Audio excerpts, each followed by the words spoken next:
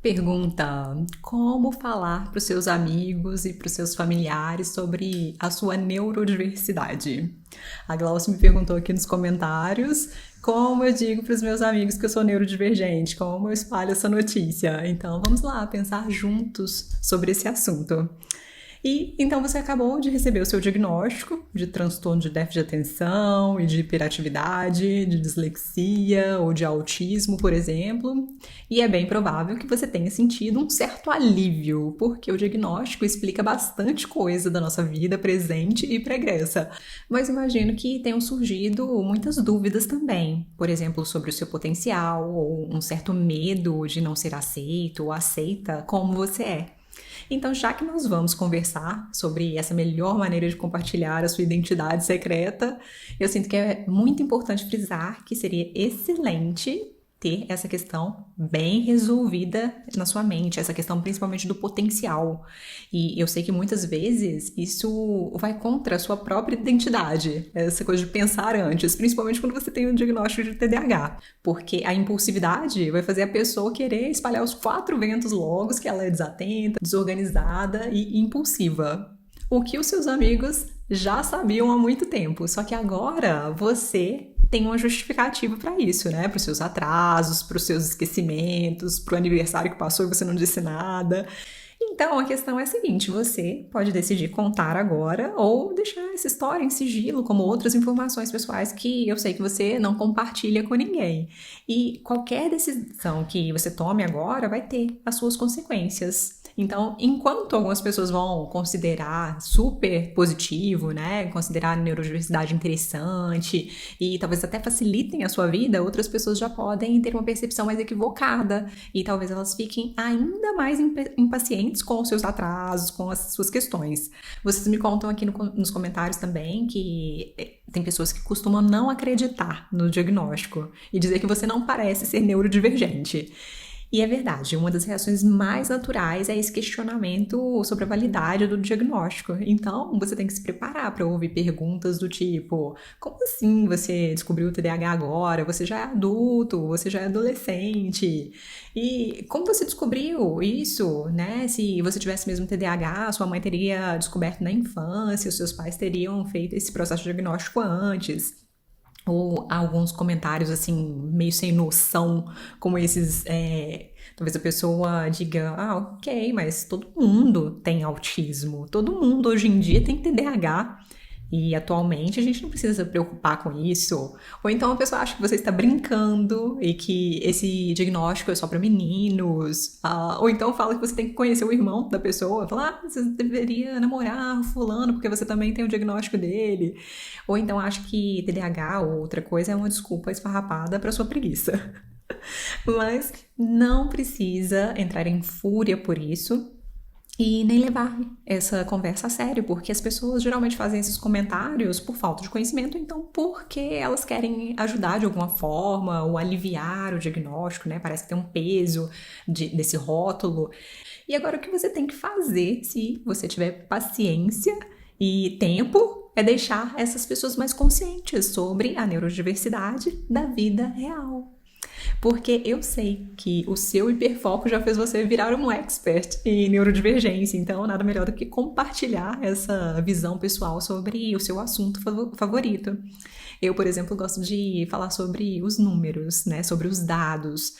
Então muita gente não sabe que cerca de 20% da população mundial tem algum grau de dislexia. Quer dizer, essa pessoa que está questionando, talvez ela mesma seja uma neurodivergente, como nós. E eu também gosto de falar sobre o potencial de quem pensa de forma diferente. Vocês sabem disso. Então, assim, nós ajudamos a desfazer essa imagem estereotipada que muitas pessoas ainda têm. A maior parte dos seres humanos ainda pensam nos autistas, nos disléxicos ou nas pessoas com TDAH de uma forma muito caricata. E, dito tudo isso, se você optar por revelar mesmo o seu segredo, então escolha alguém mais amigo, alguém mais próximo e que faça um teste. Porque aí você vai sentir, né, como é a percepção da outra pessoa e não precisa fazer drama sobre isso, não. E, aliás, não é um chá de revelação. Então você pode aguardar uma deixa em uma conversa normal do seu dia a dia, principalmente quando você dá uns tropeços, quando você interrompe o raciocínio do amigo por impulsividade, sabe? Naquelas ocasiões. Então aí você, quando o seu amigo ou sua amiga estranham a sua atitude, aí você pede desculpas e diz que você está em treinamento de funções executivas. E o seu amigo, claro, vai ficar curioso. E essa é a deixa para você explicar o que é TDAH. E você diz que o seu cérebro é uma Ferrari com freios de bicicleta. E o treinamento de função executiva vai melhorar justamente isso, os seus freios. Eu gosto dessa brincadeira porque deixa a conversa mais leve e você já aponta para sua responsabilidade no processo. No caso do autismo, então, vamos ver como a gente pode contar. Então, às vezes o caminho é revelar esse diagnóstico junto com alguma necessidade. Você pode explicar que prefere quando as pessoas são mais objetivas, por exemplo, porque o seu cérebro de autista ainda está em processo de treinamento de teoria da mente, por exemplo.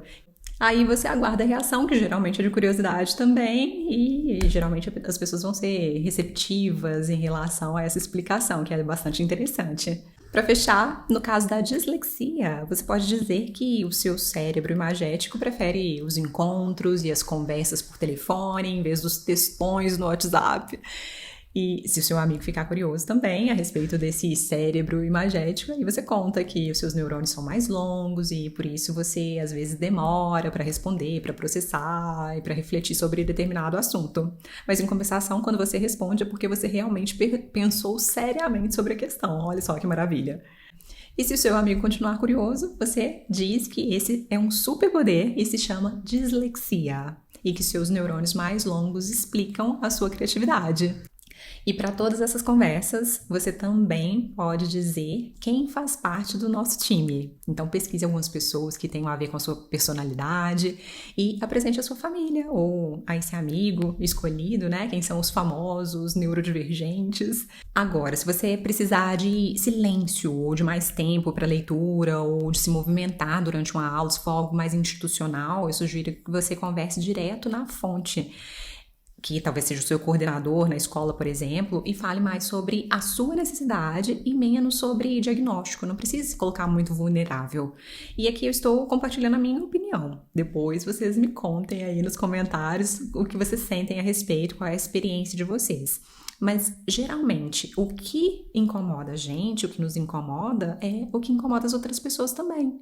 Teve um dia, durante a minha aula, no curso de psicologia, que o microfone da professora estava fazendo muito barulho, atrito com o cabelo dela, e o ruído estava insuportável para mim. E aí, eu só pedi que ela fixasse o microfone para que a gente pudesse ouvi-la melhor. Então, coloquei esse ponto positivo. Pronto, deu certinho. E depois eu fui vendo no chat, todo mundo estava falando a mesma coisa. Eles agradeceram porque também estavam incomodados com o barulho.